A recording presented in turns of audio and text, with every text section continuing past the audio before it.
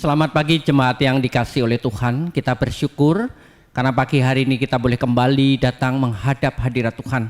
Sekalipun kita berada di rumah kita masing-masing, tetapi kehadiran Tuhan tetap sama melawat setiap kita. Karena itu dengarkanlah panggilan firman Tuhan di dalam ibadah kita pada hari ini. Tetapi karena kasih karunia Allah, aku adalah sebagaimana aku ada sekarang. Dan kasih karunia yang dianugerahkannya kepadaku tidak sia-sia. Sebaliknya, aku telah bekerja lebih keras daripada mereka semua. Tetapi bukannya aku, melainkan kasih karunia Allah yang menyertai aku. Ibadah pada hari ini akan kita mulai dengan pertolongan dari Allah yang oleh kasih dan anugerahnya telah mengundang kita untuk beribadah pada hari ini. Maka turunlah atas kita sekalian anugerah, berkat, dan damai sejahtera dari Allah Bapa, Allah Putra, dan Allah Roh Kudus. Amin.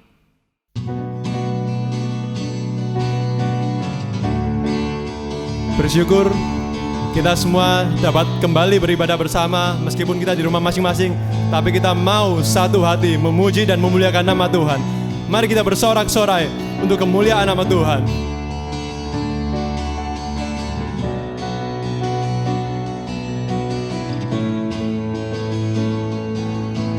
Kau batu karang yang teguh, kota benteng dan perisaiku, yang menang kalahkan maut. Penyelamat yang bangkit dan hidup. Sama-sama kita suruhkan. Haleluya, haleluya,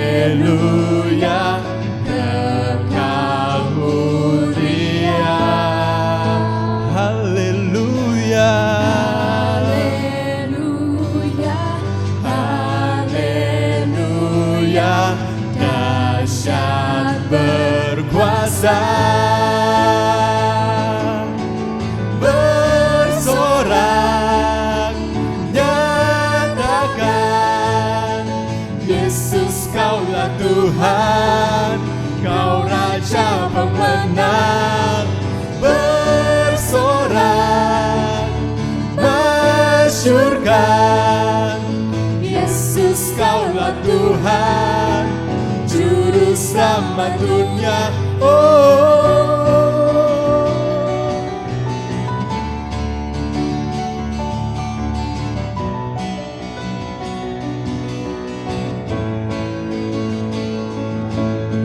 Kau Yesus batu penjuru, dari mula keselamatanku, yang menang kalahkan maut. Penyelamat yang bangkit dan hidup. Serukan haleluya. Haleluya, haleluya, kekal mulia. Oh, haleluya. Haleluya, haleluya, dahsyat Berkuasa, bersorak, nyatakan Yesus kaulah Tuhan, kau Raja pemenang. Bersorak, masyurkan Yesus kaulah Tuhan, Juru Selamat dunia.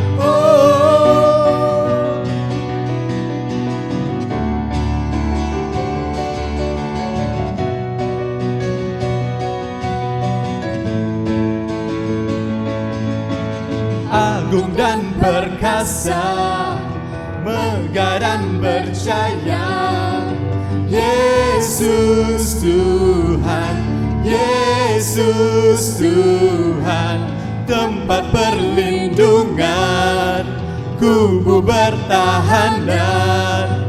Yesus Tuhan, Yesus Tuhan, agung dan perkasa, megah dan berjaya, Yesus Tuhan, Yesus Tuhan, tempat perlindungan, kubu bertahanan. Yesus Tuhan, Yesus Tuhan, bersorak, nyatakan Yesus kaulah Tuhan, kau Raja pemenang. Bersorak, masyurkan Yesus kaulah Tuhan, Juru Selamat dunia. Agung dan perkasa, agung dan perkasa, megah dan berjaya, Yesus Tuhan, Yesus Tuhan, tempat perlindungan, kubu pertahanan. Yesus Tuhan, Yesus Tuhan, beri kemuliaan bagi namanya. Karena anugerahnya kita diselamatkan, karena anugerahnya kita dilayakkan agar kita dapat disebut sebagai anak Sang Raja. Yesus Kristus yang melayakkan kita semua di hadapan Allah Bapa. Mari bersama kita pujikan.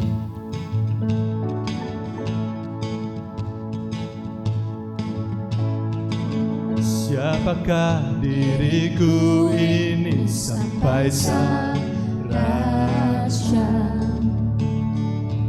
mau terima diriku karena kasih-Nya, karena kasih-Nya yang Dia bebaskan, sungguh telah bebas.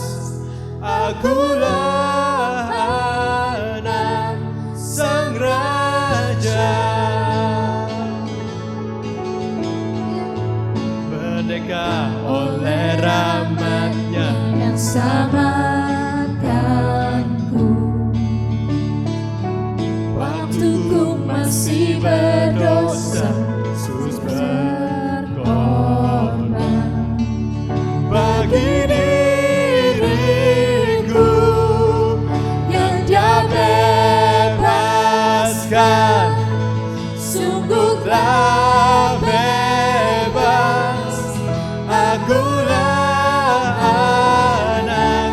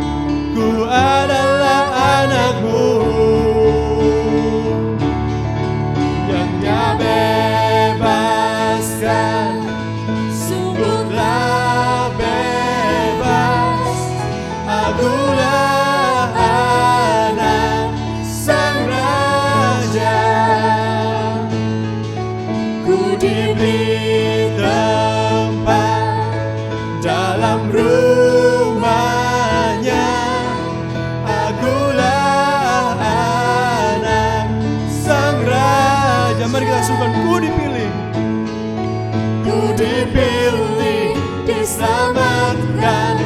Ku adalah anakmu, kau selalu di pihakku. Ku adalah anakmu, Ku dipilih, diselamatkan. Ku adalah anakmu, kau selalu di pihakku. Ku adalah anakmu, ku adalah anakmu, ku adalah anakmu. Yang Dia bebaskan, sungguh telah bebas. Akulah anak Sang Raja. Ku diberi tempat dalam rumahnya. Akulah anak Sang Raja. Mari bersama-sama kita tunduk dalam doa. Kita masuk dalam doa pribadi kita. Kita mau mengaku segala kesalahan kita.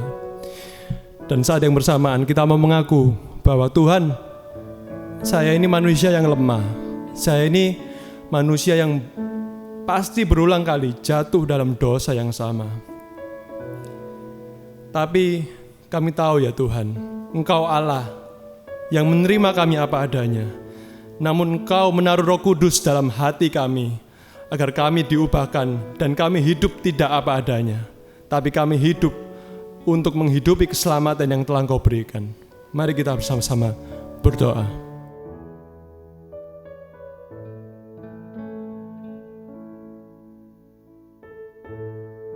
Ya Tuhan, bersyukur karena anugerah-Mu, karena kasih karunia-Mu. Kami yang gak layak ini Engkau layakkan ya Tuhan. Kami yang gak layak ini, kami dapat berbangga dengan menyebut bahwa kami adalah anak-anak Sang Raja. Karena kematian-Mu kami disucikan. Karena pengorbanan-Mu kami dibebaskan dari segala dosa dahulu, segala dosa yang sedang kami lakukan, dan segala dosa yang terus menjerat kami dalam kehidupan kami. Thank you Jesus. Terima kasih ya Tuhan Yesus.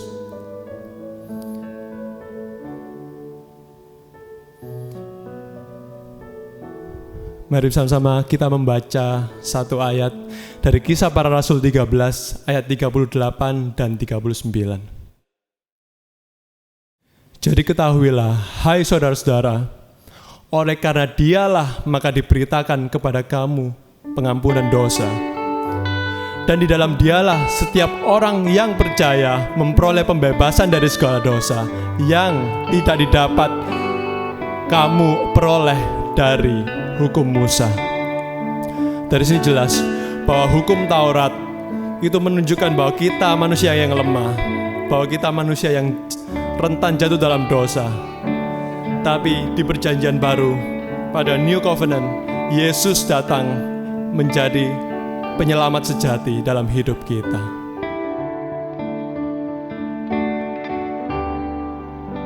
Hanya Kristus harapanku, Dia terang dan kuatku, batu penjuru yang teguh di kala badai menderu. Kasih dan damai-Nya besar, katakan takut dan gentar. Haliburku, naunganku, dalam kasih-Nya ku teduh. Sama-sama kita angkat suara kita. Hanya Kristus yang bersedia turun menjadi manusia,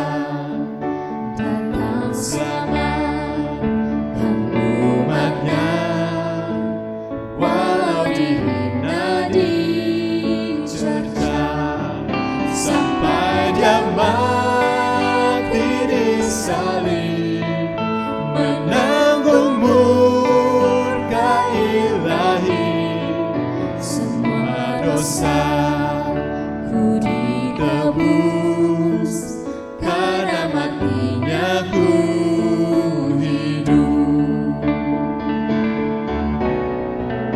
Berbaring di makam gelap, tubuh sang terang dunia, hingga tiba hari mulia, dari kubur dia bangkitlah,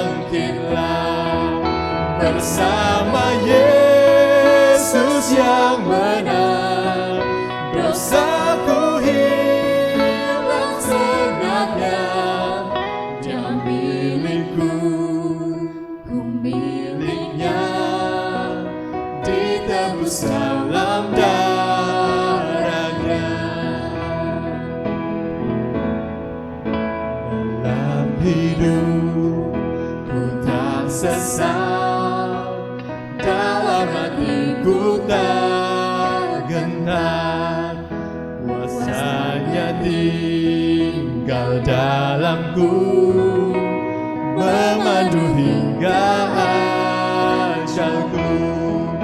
Tiada yang dapat pisahkan ku dari tangan kasih-Nya, hingga Dia panggilku pulang, dalam kuasa-Nya ku teguh.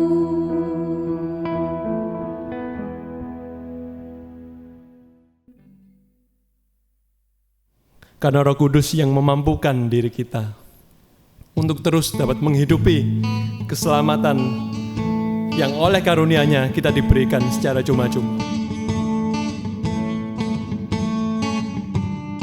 Hanya firman-Mu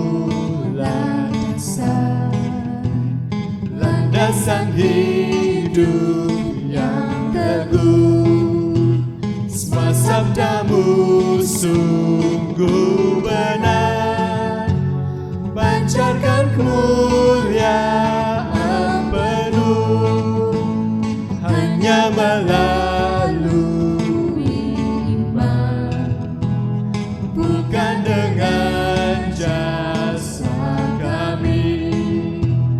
Nama Yesus beri jaminan bagi harapan yang pasti. Gloria, Gloria, glory to God alone. Gloria, Gloria, glory to God alone. Hanya di dalam Kristuslah kami telah dibenarkan, keadilan-Mu dipuaskanlah, karya-Nya beri kebebasan, hanya oleh anugerah kami beroleh selamat. Hati yang dulu berdosa jadi baru karena rahmat. Kita serukan Gloria, Gloria, Gloria, glory to God alone. Gloria, Gloria, glory to God alone. Gloria, Gloria, glory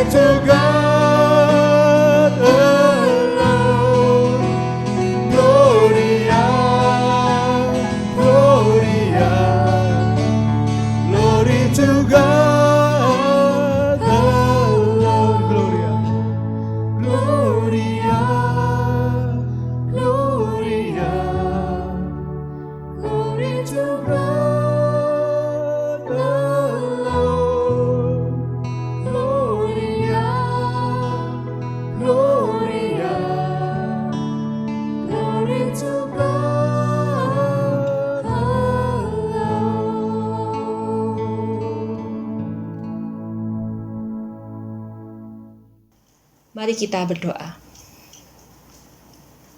Bapa kami yang bertahta di dalam kerajaan surga, kami datang bersama-sama membawa hati yang berlimpah dengan syukur.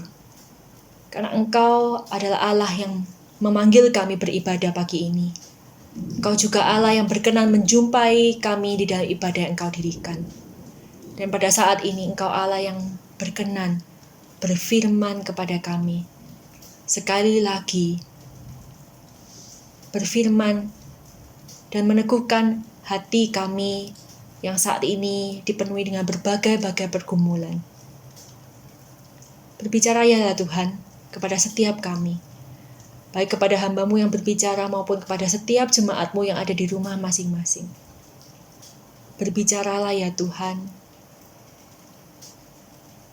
Dan Roh Kudus kiranya bekerja di dalam setiap hati kami, melembutkan hati kami, meneguhkan kami dan menghibur kami. Berbicaralah Tuhan, kami siap untuk mendengar. Hanya di dalam nama Tuhan kami Yesus Kristus kami berdoa. Amin. Selamat pagi Bapak Ibu Saudara yang dikasihi Tuhan. Tidak terasa hari ini sudah 7 bulan kita beribadah secara daring. Kita bersyukur walaupun kita tidak bisa berkumpul bersama-sama secara fisik, tetapi ada kesempatan, ada kesempatan yang diberikan kepada kita untuk kita tetap bisa bersama-sama beribadah. Nah Bapak Ibu Saudara sekalian, kita tidak bisa memungkiri bahwa pandemi ini sungguh membawa kesulitan yang tidak terprediksi kepada kita semua. Setiap kita mengalami kesulitan akibat pandemi ini. Yang pekerja, yang studi, semua orang tanpa terkecuali mengalami dampak dari pandemi ini.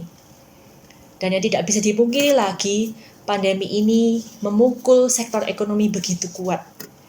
Tercatat hingga awal Oktober kemarin, sebuah lembaga data mengatakan ada 35% pekerja di Indonesia yang terkena PHK karena pandemi ini.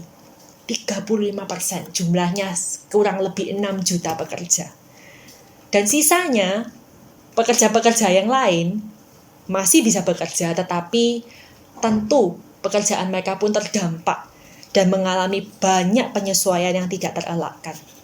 Tidak terkecuali pengerja gereja dan lembaga-lembaga rohani yang lain. Dampak ini kita rasakan bersama. Tidak hanya di Indonesia, dampak ini pun mengglobal. Baru-baru saja sebuah perusahaan penerbangan yang ternama Cathay Pacific yang berpusatkan di Hong Kong mengumumkan bahwa mereka mem-PHK 85.000 karyawannya. Mereka juga menutup beberapa rute penerbangan termasuk anak penerbangan mereka Dragon Air tidak lagi beroperasi. Disney, perusahaan hiburan yang begitu besar yang punya Disneyland di beberapa tempat di dunia ini juga mem-PHK 28.000 karyawannya. Kondisi ini memang benar-benar kondisi yang sulit bagi kita semua. Nah, dalam kondisi yang luar biasa sulit ini, adakah satu hal yang membuat kita bisa bertahan? Apa sih yang bisa kita lakukan supaya kita bisa melewati pandemi ini dengan baik? Ada banyak orang yang memberikan banyak masukan. Pakar ekonomi mengatakan bahwa kalau Anda punya tabungan yang bisa mengcover 6 bulan kebutuhan hidup, maka Anda aman. Tidak perlu terlalu khawatir. Ada pakar kesehatan yang mengatakan perkuat imun saja, pasti bisa melawan corona, pasti bisa melewati semuanya ini. Dan pakar rohani mengatakan kalau Anda memiliki disiplin rohani yang baik, Anda rajin berdoa, makin semangat baca kitab suci, berpuasa, dan Anda melakukan banyak kegiatan keagamaan yang lain, maka dipastikan pasti bisa melewati semua pandemi ini. Pertanyaan yang mendasar adalah apa yang sebenarnya dapat membuat kita bertahan melewati pandemi yang amat sangat sulit ini? Adakah Alkitab mengatakan kepada kita tentang rahasia ini? Ada. Rahasianya di sini. Mari kita buka bersama dan kita baca dari 2 Korintus 12. Surat Paulus yang kedua kepada jemaat di Korintus pasal 12. Kita akan baca ayat 9 dan ayat 10. 2 Korintus 12 ayat 9 dan 10. Saya akan bacakan bagi Bapak Ibu Saudara sekalian. Bapak Ibu Saudara yang di rumah boleh membaca bersama-sama dengan saya di rumah masing-masing. Mari kita baca bersama 2 Korintus 12 ayat 9 dan 10.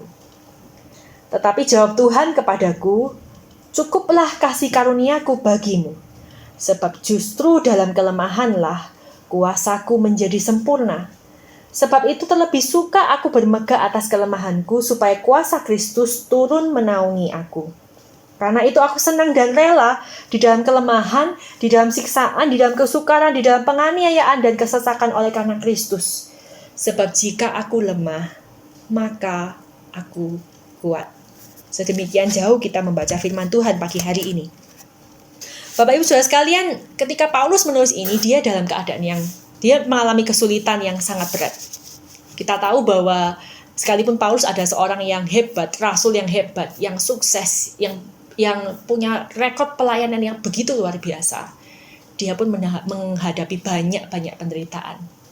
Dia dikejar banyak orang berusaha menangkap dia dianiaya, dia disiksa, dia mengalami kapal karam, dia mengalami kelaparan, ketelanjangan, banyak hal yang dialami. Dia mengalami begitu banyak kesulitan dan tantangan demi panggilannya mengabarkan Injil Kristus. Tantangan dan penderitaan ini dia peroleh kan ada orang-orang di luar tubuh Kristus yang tidak suka Paulus mengabarkan Injil di dalam nama Yesus. Mereka berusaha begitu rupa untuk menghentikan Paulus. Tetapi ternyata di dalam tubuh Kristus sendiri, di dalam jemaat-jemaat yang dia dirikan, ada orang-orang yang meragukan Paulus. Mereka bukan hanya meragukan, mereka bahkan mengungkapkan fitnahan yang sebenarnya menyakiti hati Paulus. Mereka meragukan kerasulan Paulus. Mana mungkin seorang rasul menderita begitu rupa? Dia menderita pasti karena dia dihukum oleh Tuhan. Dia pasti seorang impostor, seorang yang tidak sungguh-sungguh bekerja untuk Tuhan, seorang yang palsu. Maka dia menderita begitu rupa. Kalau dia benar-benar seorang rasul, mungkinkah dia menderita dan menderita dengan sangat? Dalam kesulitan dan pergumulan yang berat itu, Paulus berseru kepada Tuhan, dan inilah jawaban Tuhan bagi Paulus. Sola gratia. Hanya anugerah.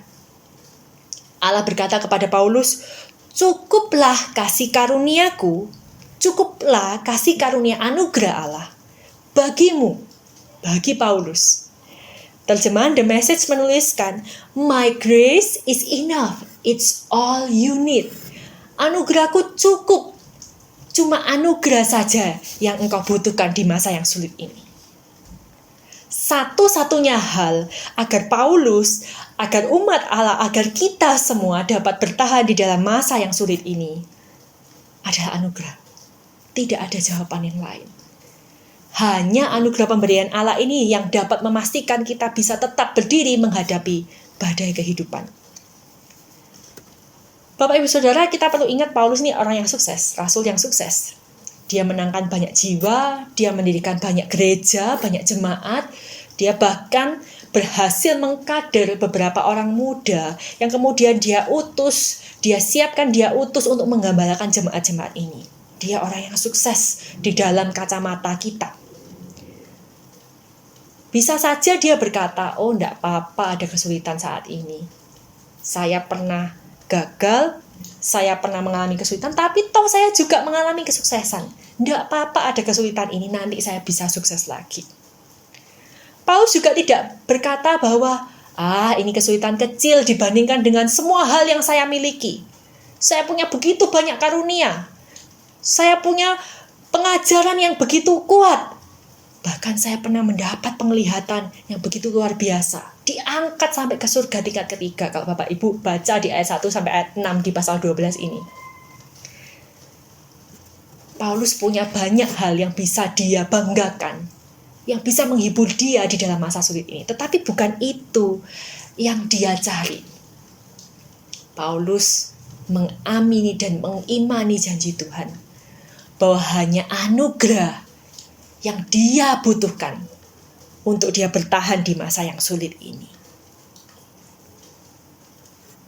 Beberapa waktu yang lalu saya menghadiri sebuah kebaktian pemberangkatan jenazah secara daring tentu saja, bukan secara fisik.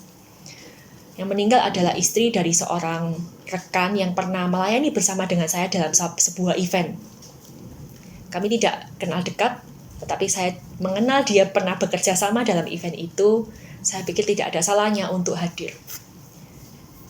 Ketika saya mengakses link yang diberikan, saya mendapati sang suami ini, bapak ini berdiri di sebuah mimbar kecil di depan peti jenazah istrinya yang baru berusia 41 tahun.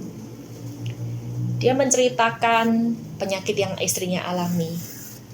Bagaimana dalam kurun waktu hanya beberapa bulan saja, kanker kerongkongan itu merenggut nyawa istrinya. Dia menceritakan bagaimana istrinya tidak bisa makan. Dokter harus membuat sebuah saluran yang langsung aksesnya adalah di saluran pencernaan. Dia diberi makan dari cairan saja yang disuntikkan ke dalam selang itu setiap harinya. Bagaimana dia kehilangan berat badan begitu banyak karena tidak ada asupan makanan yang cukup bagi dia. Bagaimana sang istri ini kesakitan dan menahan banyak penderitaan di dalam masa-masa ketika dia mengalami sakit ini. Sampai ketika sakit itu, kanker itu menjalar ke paru-paru dan berbagai organ utama yang lain. Kemudian bapak ini menceritakan hari terakhir istrinya di dunia, jam-jam menjelang kematiannya. Dia berkata waktu itu dia mengangkat tubuh istrinya yang begitu ringan itu masuk ke dalam kamar karena istrinya begitu kesakitan. Tapi sekalipun dalam kesakitan istrinya tidak pernah sekalipun mengeluh, tidak pernah sekalipun marah kepada Tuhan. Dan hari itu ketika dia menggendong istrinya dan sambil menahan sakit yang begitu luar biasa, sang istri yang lemas, yang tidak punya tenaga ini berteriak dengan keras, "Terima kasih Tuhan!" Bapak ini terdiam. Dia mengusap air mata yang turun di pipinya, dan dia berkata, "Anugerah Tuhan itu menopang istri saya hingga detik-detik terakhirnya. Dan anugerah itu yang memampukan dia tidak mengeluh sedikit pun. Tidak pernah menyalahkan Tuhan atas sakitnya. Anugerah itu yang membuat dia mampu bertahan melawan rasa sakit yang begitu luar biasa. Dan anugerah itu yang membuat dia tetap memandang kepada Tuhan, melewati sakit dan melewati hidup di dalam dunia. Dan dengan anugerah yang sama, saya akan melanjutkan hidup bersama dengan kedua anak-anak saya. Saya meyakini anugerah Tuhan itu cukup bagi saya. Saya hanya perlu bergantung kepada anugerah. Sama seperti istri saya bergantung pada anugerah itu sampai akhir hidupnya. Bapak Ibu Saudara sekalian, kita sekarang semua mengalami kesulitan. Kita semua menderita. Mungkin penderitaan kita tidak sesulit dan tidak seberat ibu ini. Tetapi rahasianya sama bagi kita, bagi si ibu yang menjalani sakit yang luar biasa ini, bagi si bapak yang kehilangan istrinya di usia yang sangat muda ini. Jawabannya sama bagi kita semua. Hanya anugerah, sola gratia. Kita tidak butuh anugerah plus. Kita tidak butuh anugerah plus usaha kita. Kita tidak butuh anugerah plus semangat kita. Kita tidak butuh anugerah plus daya juang kita. Kita tidak butuh anugerah plus tabungan, plus asuransi, plus yang lain. Tidak. Kita hanya butuh anugerah. Bapak Ibu jangan salah, kerja keras, semangat, daya juang, keluarga, tabungan, asuransi itu bukan hal yang jelek, bukan. Tetapi semuanya ini tidak bisa menjamin kita, tidak bisa menjamin bahwa kita mampu melewati masa-masa sulit. Paulus dengan tegas berkata, tidak ada usaha manusia, tidak ada hikmat duniawi, tidak ada prestasi atau jasa yang bisa menjamin kita melewati hidup yang sulit ini. Semua hal ini akan dengan mudah digoncang oleh situasi yang ada di luar kendali kita, sama seperti sekarang ini. Dan begitu kita tidak bisa mengendalikan semua ini, usaha, jasa, pekerjaan kita ini akan runtuh. Bapak Ibu, bedakan orang yang bekerja untuk hidup dan orang yang bekerja di dalam anugerah. Orang yang bekerja untuk hidup itu akan bekerja mati-matian setengah hidup karena hidupnya dia gantungkan, hidupnya dia letakkan di atas dasar pekerjaan dan usahanya sendiri. Tapi ketika pekerjaannya ini mulai goyah, ketika pekerjaannya ini mulai mengalami kegagalan, dia akan tenggelam dalam kecemasan dan keputusasaan. Tidak ada lagi yang bisa dia pijak. Orang seperti ini seperti orang yang sedang berpijak pada tanah yang sedang bergetar dan akan segera longsor. Usaha pekerjaan, jasa kita, prestasi kita, kesuksesan kita tidak bisa menjamin kita tetap tegak berdiri di tengah kesulitan. Tetapi orang yang bekerja dalam anugerah, dia akan bekerja dengan semangat, dia akan bekerja dengan sepenuh hati karena dia tahu bahwa itu adalah bagian yang Allah ingin dia kerjakan. Tetapi dia tidak menaruh hidupnya di pekerjaan ini. Dia menaruh hidupnya di tangan Allah yang penuh anugerah. Dia tahu kalau dia berhasil, maka itu adalah pemberian Allah, maka itu adalah berkat Allah yang memberkati pekerjaan tangannya. Kalau dia gagal pun, dia tetap percaya bahwa anugerah Allah itu akan mampu menopang dia melewati kegagalan itu dan terus berjalan. Ini yang namanya sola gratia, hanya anugerah. Tidak ada usaha yang bisa usaha kita yang menambahkan anugerah Allah itu supaya lebih afdol, dan juga tidak ada kegagalan kita yang bisa mengurangi bobot anugerah itu. Hanya anugerah, hanya pemberian Allah. Kita tidak bisa menambah atau menguranginya. Anugerah Allah yang menyelamatkan kita adalah satu-satunya anugerah yang diberikan kepada kita di dalam karya Kristus yang sempurna. Dan anugerah yang sama ini juga akan menopang kita. Hanya anugerah ini yang mampu menopang kita melewati kesulitan hidup. Anugerah ini pemberian Allah. Tidak ada usaha kita yang bisa menambahkan atau menguranginya. Pendeta Billy Graham pernah berkata begini, jika bukan karena kasih karunia, jika bukan karena anugerah Allah, Anda dan saya tidak akan bisa hidup bahkan untuk semenit saja. Anugerah inilah yang sedang menopang hidup kita yang rapuh. Anugerah inilah yang sedang menguatkan kaki kita yang gemetar. Anugerah inilah satu-satunya hal yang bisa menopang kita, menuntun kita melewati masa sulit. Ketika kita menyadari bahwa hanya anugerah yang bisa menjamin hidup kita, disitulah kita menemukan rahasia kekuatan Allah berikutnya. Kita menemukan bahwa anugerah ini sebenarnya adalah tentang Kristus. Anugerah ini mengatakan bahwa kita manusia yang lemah, kita manusia yang tidak berdaya, kita yang terbatas, pekerjaan tangan kita ini sangat terbatas yang tidak bisa berbuat apa-apa. Tetapi justru di dalam keterbatasan, di dalam kelemahan, di dalam ketidakberdayaan itulah Kristus hadir dan berkuasa di dalam kita. Ayat 9b mengatakan demikian, sebab itu terlebih suka aku, Paulus, bermegah atas kelemahanku, supaya kuasa Kristus turun menaungi aku. Ketika Paulus menghadapi kesulitan yang tidak bisa dia selesaikan ini, ketika penderitaannya sepertinya belum berakhir dan masih akan berlanjut, disitulah Paulus mengimani dan mengamini janji Allah, bahwa kekuatan Kristus akan hadir dan menutupi kelemahannya.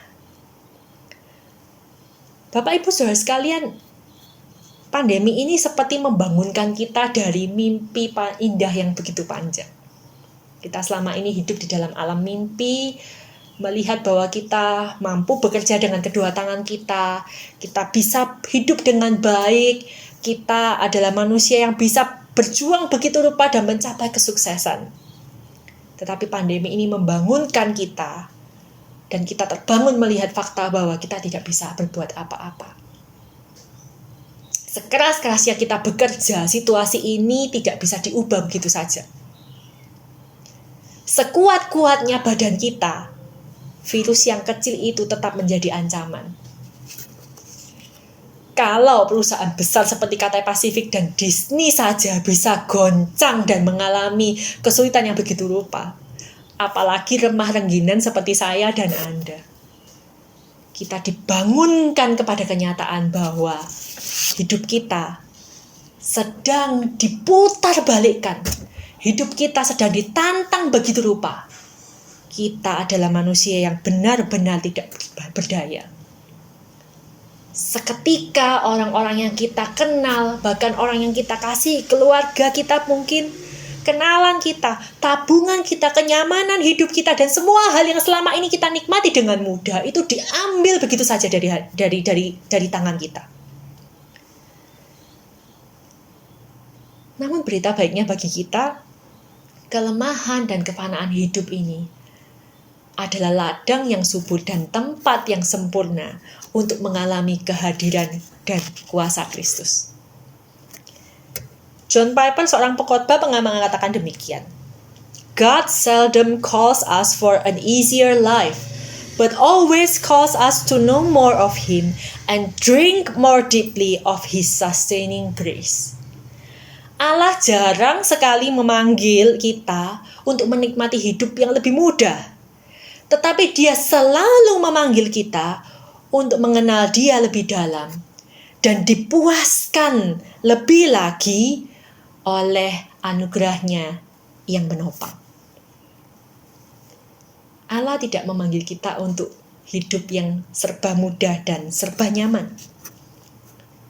Sekalipun kita hidup di dalam Allah, kita masih ada di dalam dunia. Kita masih melewati berbagai tantangan hidup. Kita masih menghadapi gunung dan lembah yang harus kita lalui. Tetapi disitulah kita menemukan selalu ada janji anugerah dan janji kuasa Allah yang dinyatakan di dalam Kristus Yesus. Bagi Paulus, semua kesulitan hidup, semua pergumulan yang dialami adalah pengalaman yang sangat berharga. Disitulah dia mengalami anugerah, dan disitulah kuasa Kristus nyata di dalam hidupnya. Dia berkata, "Aku suka bermegah atas kelemahanku supaya kuasa Kristus turun menaungi aku." Ketika Paulus mengatakan hal ini, dia sebenarnya sedang menggambarkan bahwa kuasa Kristus itu turun seperti tabernakel, seperti kemah suci yang menyatakan kehadiran Allah di tengah-tengah perkemahan orang Israel di padang gurun. Di dalam padang gurun kehidupannya, Yesus turun, tinggal bersama-sama dengan Paulus, tinggal menjadi pusat hidup Paulus. Kesulitan hidup ini tidak membuat Paulus uring-uringan dan putus asa. Malah di pasal 10 kita melihat Paulus berkata, dia senang dan rela hidup di dalam kelemahan, di dalam siksaan, di dalam kesukaran, di dalam penganiayaan, dan di dalam kesesakan. Dia senang hidup di dalam semuanya. Ini mengapa? Karena disitulah dia menemukan ada Yesus yang hadir, ada Yesus yang berkuasa, ada Yesus yang memberikan dia kekuatan, ada Yesus yang menguatkan kakinya yang gemetar, ada Yesus yang menuntun dia langkah demi langkah melewati hidup yang sulit. Apa yang bisa menjamin kita melewati pandemi yang sepertinya belum akan berakhir ini? Hanya anugerah, sola gratia, dan hanya Kristus, solus Kristus. Jangan sia-siakan pandemi ini. Bila pandemi ini menjadi ladang yang subur, menjadi tempat yang sempurna untuk kita menghidupi anugerah dan kita menghayati Kristus yang hadir di dalam hidup kita.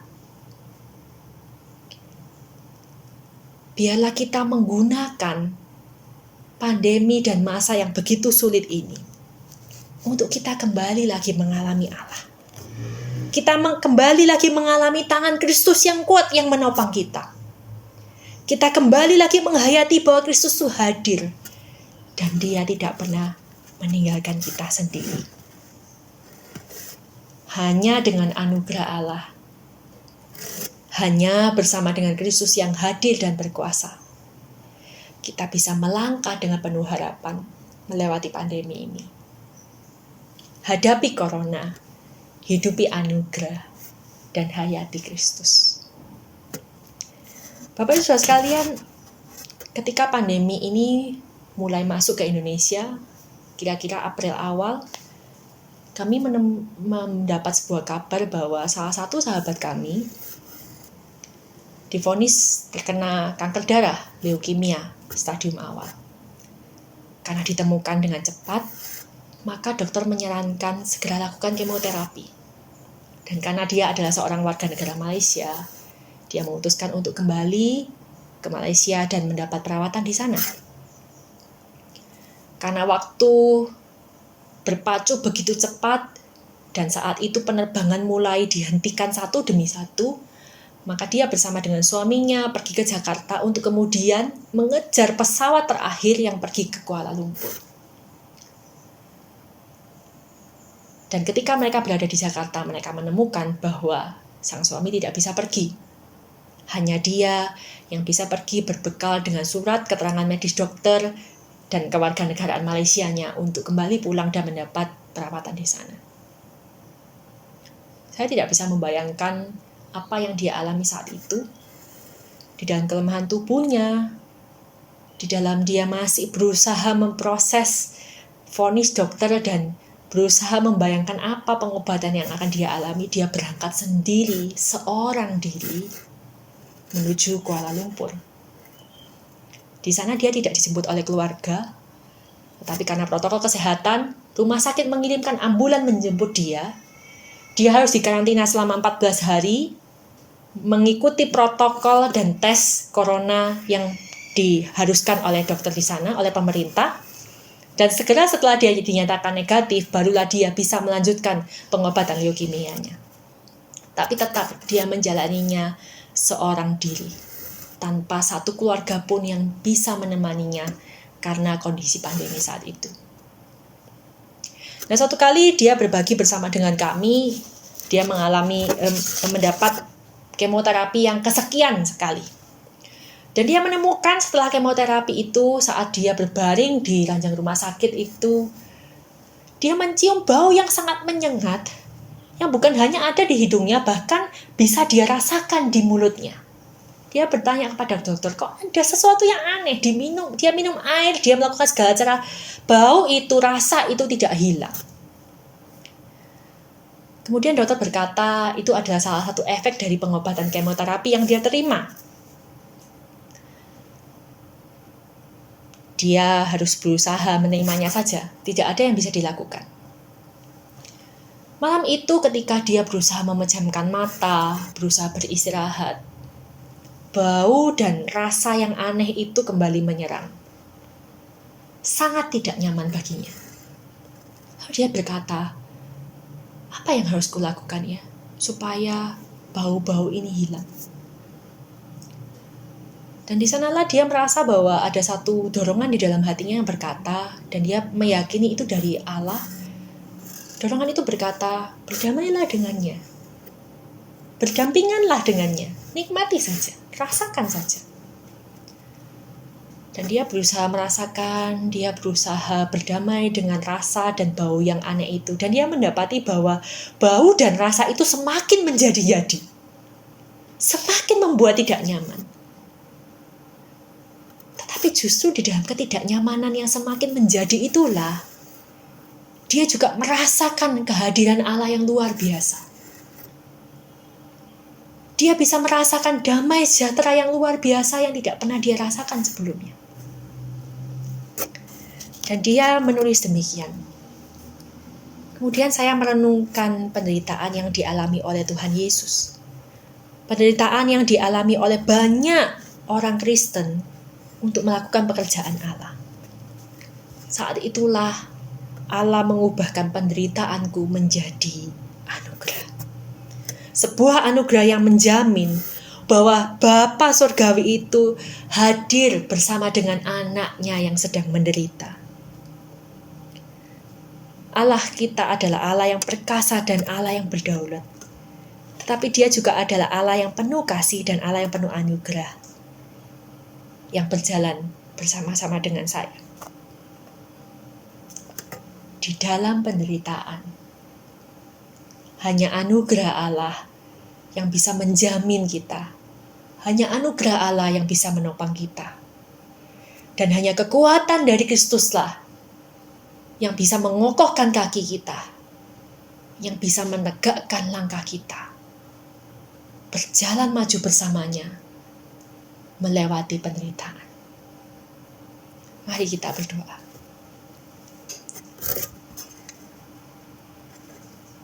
Ya Tuhan, ketika kami merenungkan kebenaran firman-Mu ini, kami menyadari bahwa seringkali kami bergantung kepada kekuatan diri kami sendiri. Kami bergantung kepada usaha kami. Kami bergantung kepada apa yang tangan kami bisa lakukan. Tetapi ketika pandemi ini datang, ketika hidup kami tidak lagi bisa kami kendalikan, ketika segala sesuatu ada di luar tangan kami menyadari bahwa tanpa Engkau kami bukanlah apa-apa. Dan kami mohon ampun ya Tuhan kalau selama ini kami lebih suka bergantung kepada diri sendiri dan tidak bergantung kepada anugerah-Mu. Kami lebih suka mencari kesuksesan dan keberhasilan kami. Tapi kami melupakan bahwa semuanya itu adalah pemberian-Mu, anugerah-Mu yang Kau berikan, dan tidak ada usaha kami yang bisa menambah atau menguranginya. Ampuni kami Tuhan, dan berikan hati yang baru, yang boleh memahami bahwa hanya anugerah-Mu, dan hanya kehadiran dan kuasa Kristus yang dapat menjamin dan menggaransi kami dapat melewati kesulitan hidup ini. Tolong kami ya Roh Kudus. Hiburkanlah dan menteraikanlah firman ini di dalam hati kami. Sehingga setiap hari ketika kami menjalani hidup yang tidak makin mudah ini, kami boleh hidup bergantung kepada anugerah. Dan kami hidup menantikan kuasa dan kehadiran Kristus dinyatakan di tengah kehidupan kami. Terima kasih Tuhan. Hanya di dalam nama Tuhan kami Yesus Kristus, kami telah berdoa. Amin. Jemaat yang dikasihi oleh Tuhan, pada saat ini kita akan kembali mengikrarkan pengakuan iman kita, pengakuan iman rasuli yang berbunyi demikian. Aku percaya kepada Allah, Bapa yang Maha Kuasa, Khalik langit dan bumi, dan kepada Yesus Kristus, anaknya yang tunggal Tuhan kita, yang dikandung dari Roh Kudus, lahir dari anak darah Maria, yang menderita sengsara di bawah pemerintahan Pontius Pilatus, disalibkan, mati dan dikuburkan, turun ke dalam kerajaan maut. Pada hari yang ketiga, bangkit pula dari antara orang mati, naik ke surga, duduk di sebelah kanan Allah, Bapa yang Maha Kuasa, dan dari sana Ia akan datang untuk menghakimi orang yang hidup dan yang mati.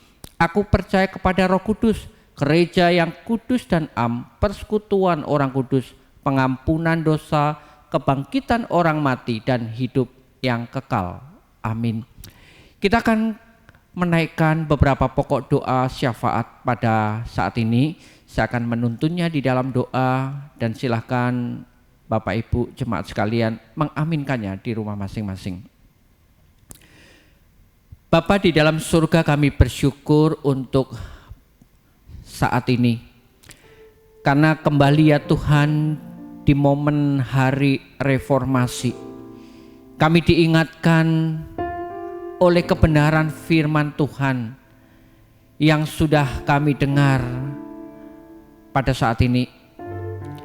Kami diingatkan sekali lagi bagaimana Engkau memanggil kami untuk menjadi agen-agen yang merubah daripada dunia yang cemar ini.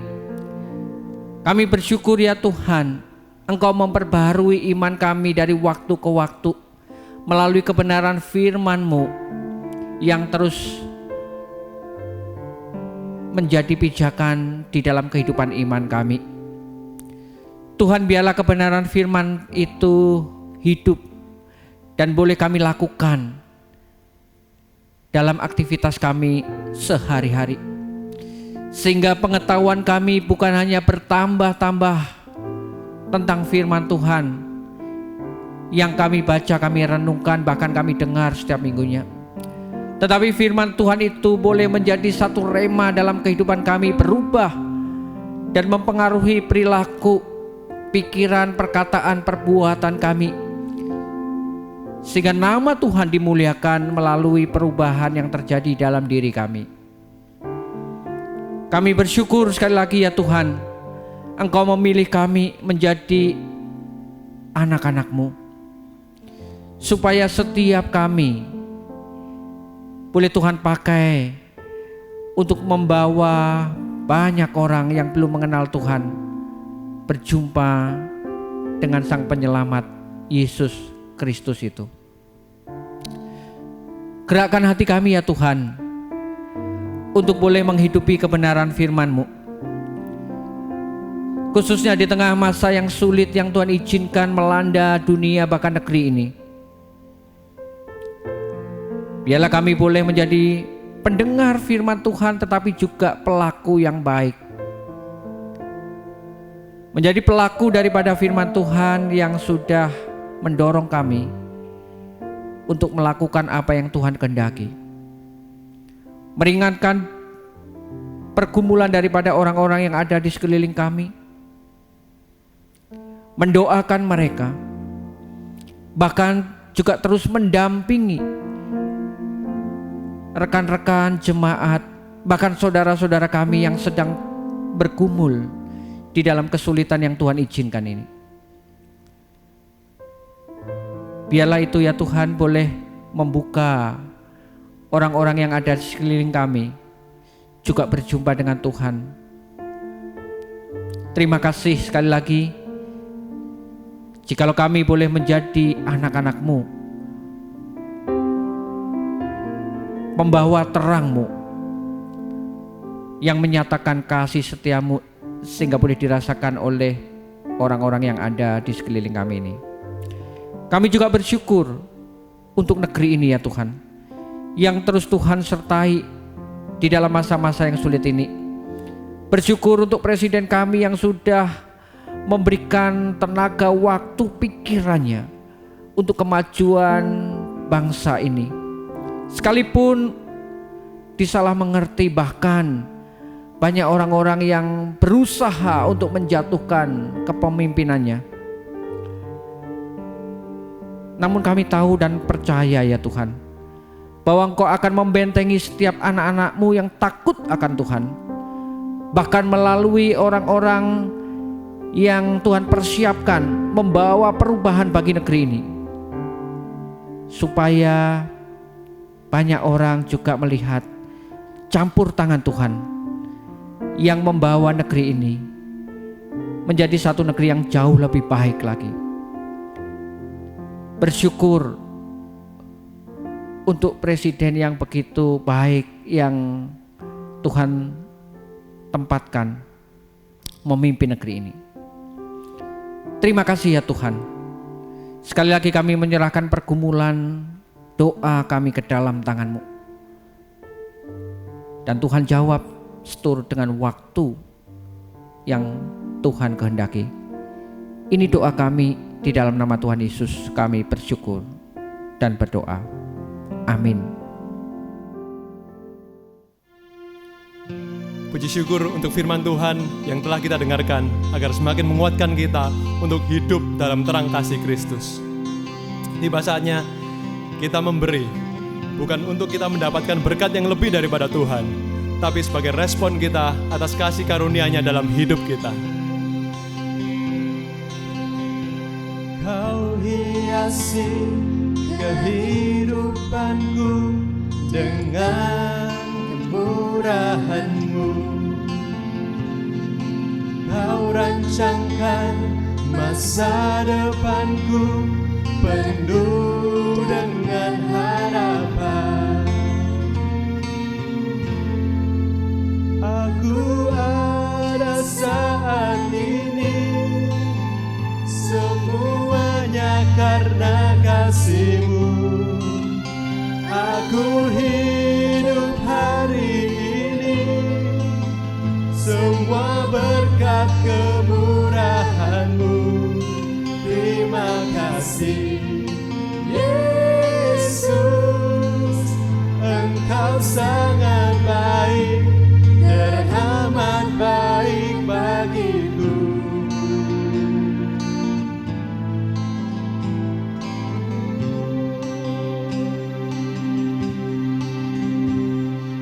Kau hiasi kehidupanku dengan kemurahan-Mu. Kau rancangkan masa depanku penuh dengan harapan. Aku ada saat ini, semuanya karena kasih-Mu. Aku hidup hari ini, semua berkat kemurahan-Mu. Terima kasih Yesus, Engkau sangat baik, teramat baik. Aku ada saat ini, semuanya karena kasih-Mu. Aku hidup hari ini, semua berkat kemurahan-Mu. Terima kasih Yesus, Engkau sangat baik, teramat baik bagiku. Yesus, Engkau sangat baik, teramat baik bagiku. Yesus, Engkau sangat baik, teramat baik bagiku. Terima kasih ya Tuhan, karena Engkau masih memberi kami kesempatan untuk kami dapat memberi yang terbaik dalam hidup kami. Bukan hanya dengan materi, tapi dengan diri kami, dengan hidup kami, agar kami dapat terus memuliakan nama-Mu dan kami terus dapat merespon keselamatan yang telah Engkau berikan kepada kami. Terima kasih Tuhan Yesus. Dalam nama Tuhan Yesus kami berdoa dan mengucapkan syukur. Amin.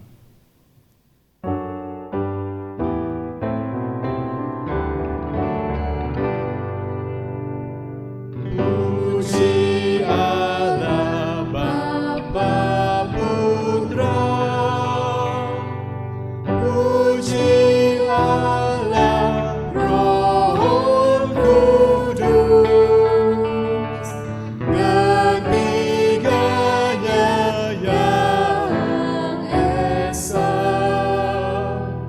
Mohon sama sumber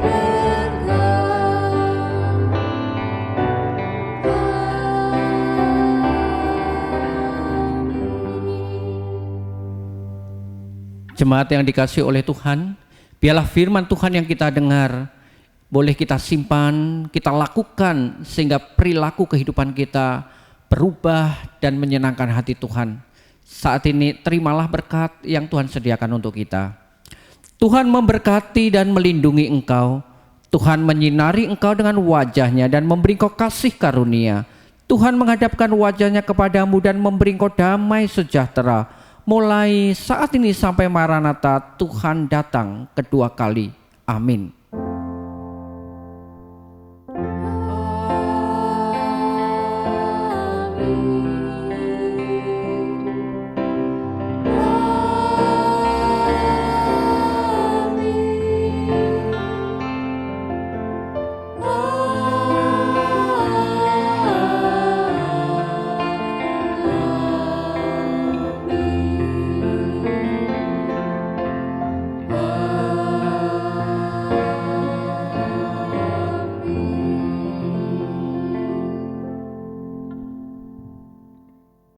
Terima kasih buat para jemaat yang telah mengikuti ibadah pada hari Minggu ini.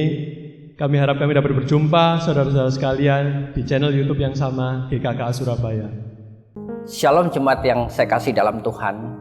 7 bulan sudah gereja kita tidak melakukan sakramen perjamuan kudus. Oleh karena satu hal, yaitu pandemi yang melanda negeri kita.